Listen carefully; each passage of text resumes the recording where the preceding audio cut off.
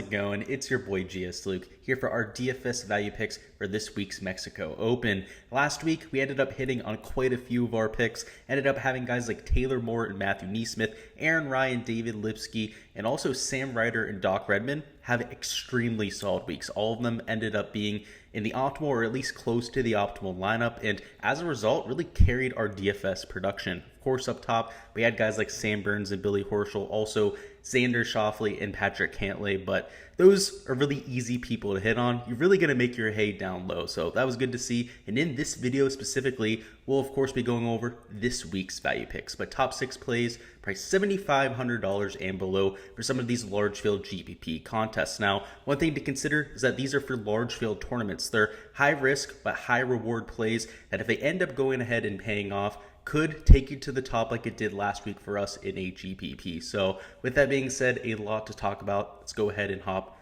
right on into it. All right, guys, on the screen, you can see our projections, and the first play we're going to go with today is going to be JT Poston at our maximum at $7,500. He's somebody who, over the last 3 to 4 months, really was struggling. I mean, was missed cut after missed cut for the guy, but ever since he got down to Florida, down at the Honda Classic, made the cut, had a few other pretty impressive finishes over that stretch, and really capped it off at the RBC Heritage. We take a look at the recent form, you can see he ended up finishing there in the top 5, in fact, number 3, which it was a lot due to his Sunday charge where he shot 7 under par over the weekend, was hitting a ton of really good approach shots, and of course, leaning into that strong off the tee play and that strong putting that he's really been known for ever since cracking onto tour. So if we take a look at the shots gained metrics, you will see that that progression has happened over time. So here at $7,500, he's gaining close to half a stroke per round off the tee. The putter's been there, gaining over a quarter of a stroke per round, and the rest of his short game has also been pretty stout, right? He's a gainer around the green. Really the only thing that holds him back, and the reason why he's a below tour average player, is the approach play. And at the RBC Heritage, we saw him start to click in. And that's why a lot of people played him there at the team event there at the Zurich Classic, myself included. I thought, given his partner in Pat Kazire, he really could go out there and have a solid week. And they went out there and missed the cut. And if that's going to keep people off of JT Poston, who outside of that performance has looked really good, right? 41st at Valero, that's solid for JT Poston. Down there in the Florida swing, made a few cuts in a row like I mentioned before. He's really starting to round into that form, which for a regular tour event would be a below average player, but given the field strength here at the Mexico Open, he's going to be above average player, if not an average player at the very worst. So at $7,500, I do think there's some inherent value there given his price tag, and also with the recent results, right? If he can tap into that approach play that he certainly had on Saturday and Sunday at the RBC Heritage, might be able to make a splash here, right? You know, a third place at the RBC Heritage, if he has that same type of performance here, that probably wins this event given the field strength. So I definitely like his upside there, and given that the momentum has been going the right way of late, certainly think that he could continue to roll the ball forward. Next up, we have Alex Smalley at $7,400. Now, the shots gained metrics aren't quite as advantageous for Smalley as they were for JT Poston. If we take a look at those real quickly here, you can see he's still gaining off the tee. That's what he's known for. He gets it out there a long way, also relatively accurate, but losing in the other 3 major categories, including approach around the green and putting. Now, if we go to the last 50 measured rounds, it's very consistent. It's just the type of player that he is. Up here at $7,400, still a gainer off the tee, over a third of a stroke per round, but also a loser in those other 3. Now, the reason why I really want to play him here is that he finished 2nd place at Corrales. So if we go over here to the recent form, we scroll over here to the right, you can see it's the 2nd place at the Punta Cana. Now, ever since then, it's been a missed cut at Valero, missed cut at RBC, missed cut with Hayden Buckley last week at the Zurich Classic.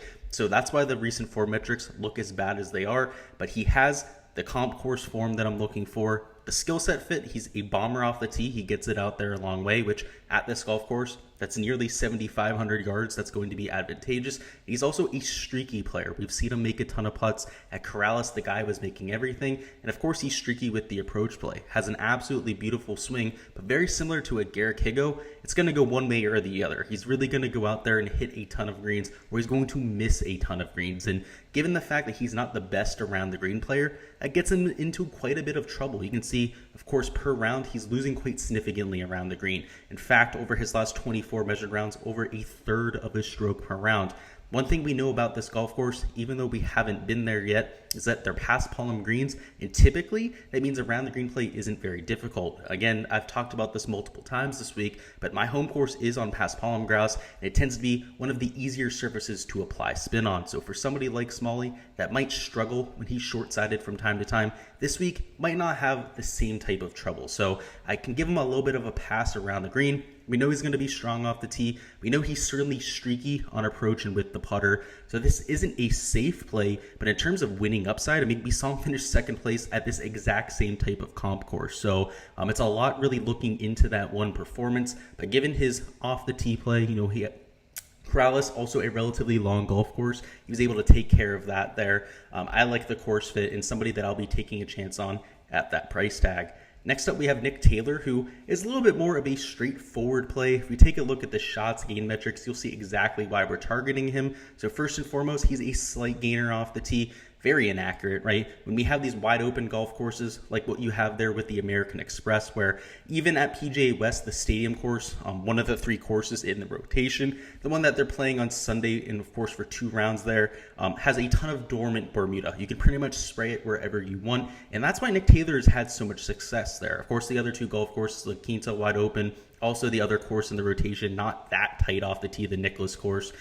Same type of story here. And again, we haven't played there before, but from the images, a lot of the satellite imagery that we were able to see, wide open fairways. I mean, 40 to 50 yard landing areas, which plays exactly into his skill set. Because aside from there, right, he's a great approach player, going to be one of the more consistent iron players on tour. And if we're looking for a cut maker, they're just $7,100. He is by far the most consistent player we have in this range. Now, around the green and putting, that can certainly get him into trouble from time to time. That's why the recent form for Nick Taylor hasn't looked all that good. If we take a look at some of the recent performances, right, missed cut, did have a 25th at Corrales, right? So another one of those comp courses where our guy did come through, and it makes sense, right? It's a wide open golf course. You can kind of tune into that approach play that we were talking about, and he finished in the top 25, which for Nick Taylor in large field GPPs, that's probably not enough. Now, if you're playing in cash, you would certainly be thrilled with the top 25 finish from a guy at $7,100. But even in these large field GPPs, at a golf course that's on past palm grass that sometimes de-emphasizes that short game, maybe he gets away with it here, right? Somebody like a Victor Hovland was able to get away with it when he won at Mayakoba a few years ago. So perhaps he's able to go out and do that same type of thing. So I like him there at $7,100. I like the ball striking that we're getting, whether it's in cash or, of course, in these large field GPPs. I think you can implement them in either type of format. Next up, we have Ryan Armour at $6,900. Ryan Armour is another play that's relatively straightforward. The shots gain metrics for him have been pretty beautiful of late. So he's down here at $6,900. He's gaining off the tee, also gaining on approach. And with the putter, just a slight positive, which, of course, these aren't flashy metrics, but he's consistent, right? Even around the green, again, this is by far the least important stat this week when it's coming to around the green play. He's just a slight negative. So a very average player across the board. And at $6,900 in this strength of field, he's a top 30 player with those type of metrics. Now, again, he's not really differentiating himself in any one category, but if you're looking for somebody to go out there, make a cut, finish in the top 25, much like a Nick Taylor, this is going to be your guy. Now, if we take a look at the recent form, you'll see, again, he really hasn't done all that much of late. Last week, at least, made the cut at the Zurich Classic. I forget who he was playing alongside. It wasn't really a flashy partner. Ended up finishing 15th at Corrales, right? Another person who was able to make the cut at Corrales, but, much like a Nick Taylor, didn't really do anything special with it.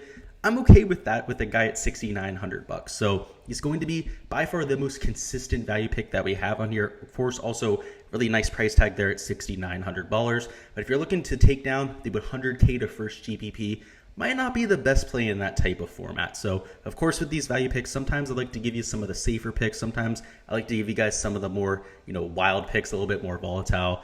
Just understand that this is certainly on the safer end of that spectrum. Next up, we're going to Hayden Buckley, who is on the complete opposite end of that spectrum. You can see from a longer-term perspective, his fit at Vidanta Vallarta is perfect. He's a great off-the-tee player, relatively long. Also, approach play has always been a strong suit for Hayden Buckley. The real problem is around the green and with the putter. The issue is, of late, he's been bad at just about everything. So if we take a look at the last 24 measured rounds, him and Alex Smalley did end up missing the cut last week at the team event. He's gaining off the tee at least, but he lost the approach play. He's lost the around the green play in the putting very significantly with the putter and around the green. But like we've already mentioned multiple times during this video and multiple times on my channel already this week, around the green play and putting is going to almost be completely forgiven this week. Paspalum just has a way of doing that. We've seen that from time to time. I mean, Tony Finau won the Puerto Rico Open. When Victor Hovland won the Mayakoba Classic, that really sealed it for me. And every time since then, we've seen, guys like Ben Martin that were in contention at Corrales. That's a pretty, dreadful putter from time to time. Chad Ramey, not the most consistent short game player that we see here on the PGA Tour, win at these Paspalum type of venues. So I'm willing to give him a little bit of a pass, even after he kind of, crapped the bed for us last week, for the lack of a better term. But if we go to the long-term perspective, he's gaining even more significantly off the tee. Approach play goes to a positive, and the around the green and the putting, it's a little bit more respectable, right? He's not losing close to a stroke per round putting. He's still right around a third of a stroke loss per round around the green. So historically, he is a good course fit here. That's why he's there at number 26 in terms of Vidanta Vallarta fit.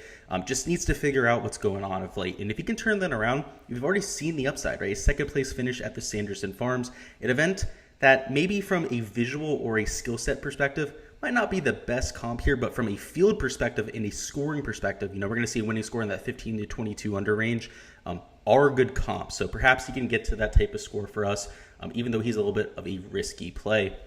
And now lastly, the last value pick I want to touch on here is going to be Brandon Hagee at $6,400. Now, this is the cheapest I'm willing to go on the board for this video. Of course, anybody cheaper is probably just a little bit too risky for me. But Brandon Hagee has, of course, a ton of inherent risk as well. I mean, the recent form has been absolutely dreadful.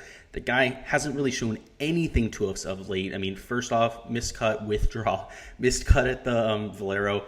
44th at Corrales, so at least he made the cut at our number one comp course, which of course is a consistency across all of our picks here on the slate. But at the same time, I'm just worried about the long-term perspective, which we know a few things about Brandon Hagee. First off, the guy hits the ball in incredible distance. I mean, 315, 330-yard drives for Hagee are a regular. In fact, he can actually tune it up a little bit and hit it further. If we're going to have 40 to 50-yard wide fairways, this guy is going to be absolutely lashing at the golf ball. I mean, I've seen it in person. It's unbelievably impressive. He's not a real, big, beefy guy. He's real slender, really flexible type of golf swing, and he still gets it out there all that distance. So that's extremely repeatable. He's able to tune that up. Next thing with Brandon Hagee, we know he's a really solid putter. Of course, this guy usually gains to the field with his flat stick. We've seen that from time to time. At the Honda Classic, he's put himself into contention a few times. And every once in a while, I mean, we saw at the Amex, usually about once a month, he goes out there and he's almost first-round leader at an event. And usually when that happens, he's able to ride some of that momentum throughout the week. And that's when we see him, quote-unquote, pop. Brandon Hagee is a pop type of player because he has to have the approach play. And it is by far his worst asset. I mean, even if we look at the last 24 measured rounds, I would imagine he's not playing very well on approach. You can see that is certainly the case. He's losing close to half a stroke per round. But off the tee, close to neutral. Around the green, close to neutral. I mean, the putter hasn't been ideal, but it's still not all that bad. It all comes down to the approach play. If he can go out there, be dialed in with his wedges, which at this golf course, he's not going to have all that many wedges. He'll have a lot of long irons.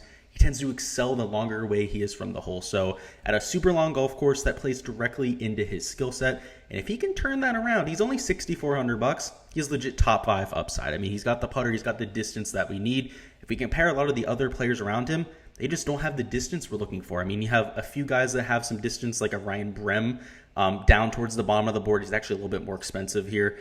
Just not really the type of skill set that we're looking for elsewhere, right? You need to have the putter. You need the ability to go out there and make a ton of birdies. Brandon Hagee, an extremely aggressive player, and I can't really say that for any of these other guys down low. A lot of them are short players. A lot of them are just even lower quality players than a Brandon Hagee. So if I'm going to take a shot on anybody towards the bottom of the 6K range, he's going to be the first guy I'm going to.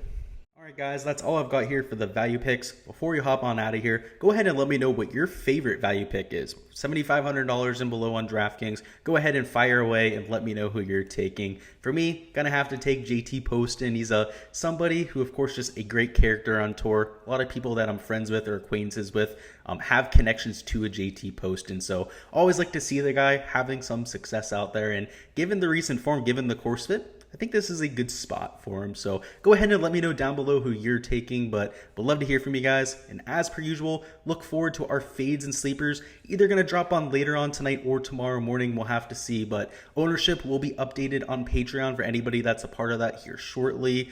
Also going to have our weekly DFS live stream. That'll be tomorrow at 7 p.m. Eastern time. So make sure to look forward to that. A link will be posted at some point here in my social media for that. Again, that will be at 7 p.m. though. So just understand it'll be here on YouTube at that time. I appreciate you guys. Best of luck with all of your lineups for this week. If you haven't already smashed that like button, make sure you go ahead and do so. Until next time, see you guys later, and let's get this cash.